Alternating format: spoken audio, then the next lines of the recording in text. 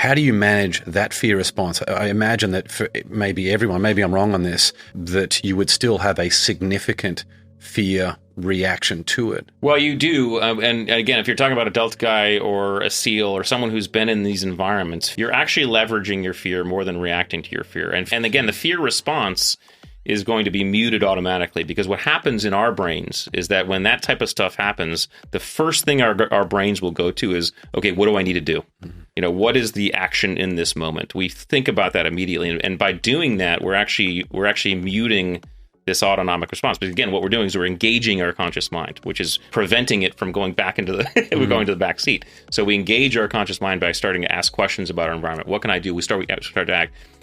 A lot of us also have a little bit what I call a higher temperature level. Right? I talk in the book about courage and kind of the courage switch and where our autonomic arousal begins. And I usually use boiling point as the example. I mean, we say boiling point, that degree level could be normal, right? But some people start moving into autonomic overload before boiling point, at maybe 95 degrees.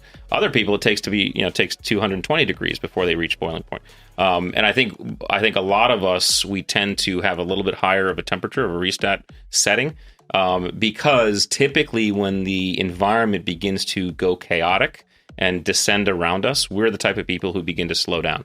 And this is funny because my wife would joke, I live in Virginia Beach and we've, where we live, I have a Navy SEAL who lives across the street. I have a Navy SEAL who lives down the street to the right and one down the street to the left. And I remember my wife saying, man, I'm so glad these guys are in the neighborhood. And I said, why? I said, because if anything bad happened, I could always go to them and they act like you act.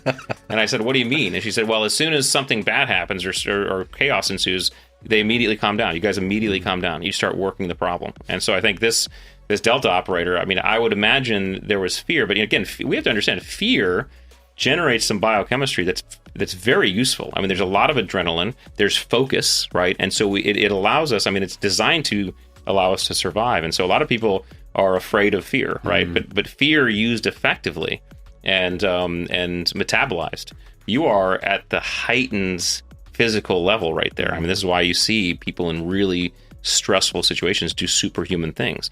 Our body's being flooded with some very powerful biochemistry that's going to allow us to do some very powerful things. If we're thinking at the same time, you're talking about someone who can do some real heroic stuff.